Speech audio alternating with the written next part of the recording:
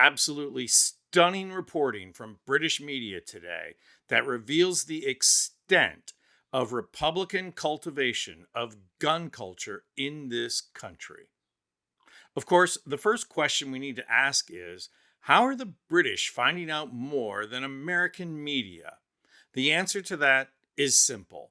American corporate media is just too afraid of confronting the gun culture that Republicans have created, fearful that if they do, they'll lose viewership and profits. And it also needs to be said that many of the CEOs and corporate titans of American corporate media are Trump donors. Their organizations are compromised. And if you think that's leftist rhetoric, ask Joe Scarborough and his co-host, Mika Brzezinski, why they were removed from the air yesterday morning. There are so many inescapable facts about this tragic shooting that American media will not touch. Like this. Mass shooting deaths were 70% less likely when assault rifles were banned in this country. Fact. Mass shooting deaths have tripled since the Brady law that prohibited assault rifles expired. Fact. Republicans will spin, obfuscate, play the both sides meme, and politicize to their advantage, which they have been doing from the get-go. The only thing faster than a speeding bullet is not Superman. It's the Republicans' ability to blame Democrats. Of course, there were the crazy statements from the likes of gun-toting, jaw-flapping, marbles for brains Marjorie Taylor Greene, followed by Colorado Bobo and other crazies. But then this allows fork-tongued slicksters like Mike Johnson to play the reasonable opposition. Watch Johnson spin the both sides are responsible meme. Listen, everybody is prone to overstatement, okay? I mean, a few days ago, earlier this week, Joe Biden actually said we need to put Donald Trump in the bullseye. I mean, right?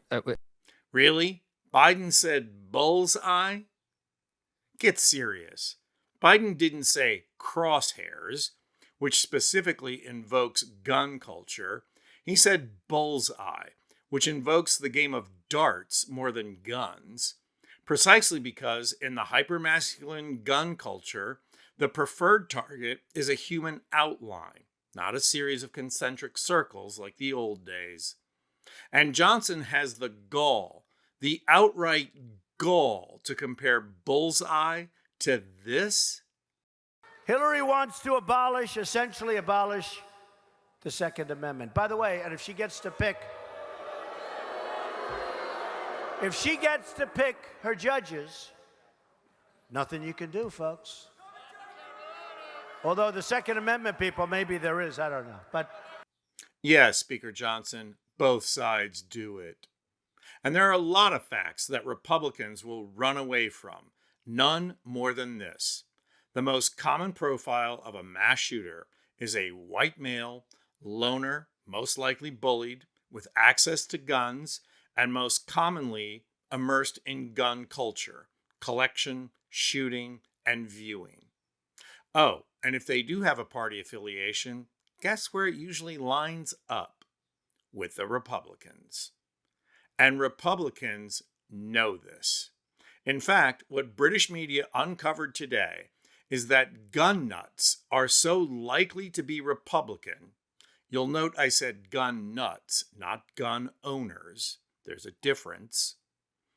The Republican Party actually keeps databases on gun nuts. And not only do they keep databases, but they analyze the data.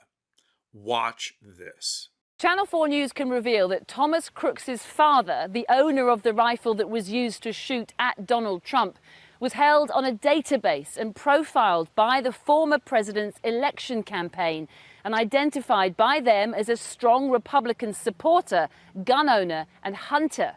The information was compiled as part of a secret Republican project to gather data on millions of gun owners across America and use it to target pro-gun messages in the run-up to the 2016 election. And here's why they did it. The city of Pittsburgh is a key battleground in the critical swing state of Pennsylvania, so voters here are always heavily profiled and targeted by political parties, like the Trump campaign in 2016, which held voters' details on a database, including, as we've discovered, the shooter's family, Matthew Crooks and his wife Mary, who lived here at 2506 Milford Drive in Bethel Park. We know they profiled them using secret computer models to identify likely gun owners and enthusiasts, and Mr. Crooks scored very highly, 0.99 out of 1 for being a gun owner and 0.95 out of 1 for being a hunter. In fact, out of more than 19,000 people in Bethel Park who were profiled, Mr. Crooks was in the top 20, and the database classified him as a strong GOP or Republican voter. Secret computer models, targeted messaging, profiling. These are the tactics the Republican Party uses to hold on to power by courting and supporting the gun lobby. And the Crooks family was not only in their database, but they were a top 20 family in a demographic of over 19,000 people. And how was the score of Crooks Sr. so high? It wasn't just that he was a gun owner. It wasn't just that he was a hunter. It was also knowing the type of guns he purchased. In other words, the Republican Party wants to know precisely who the gun nuts are versus the gun owners. These are their people.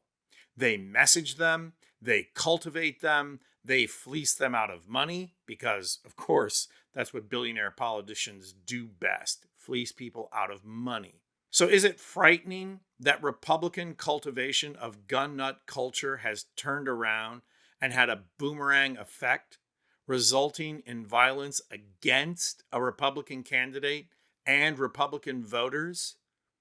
Because in the end, it was Republican voters who were killed and wounded, not the candidate. And by the way, has the candidate spoken to those families? Or was he just too busy? No, that tragedy was certainly more inevitable than it is frightening. But I'll tell you what is frightening. You know, the Civil War that whack jobs like Marjorie Taylor Greene and Alex Jones keep calling for? Well, now you know that it's not just rhetoric. If there is a violent uprising when the convicted felon and adjudicated rapist loses this election, the Republicans have a secret database of the foot soldiers they can call up. That's not hyperbole. That's fact. This isn't hyperbole either. Vote this Rovember. Vote as if your life depends on it. Because what we just learned today from British media is that your life probably does depend on it. I'm Anthony Vincent Gallo for Occupy Democrats.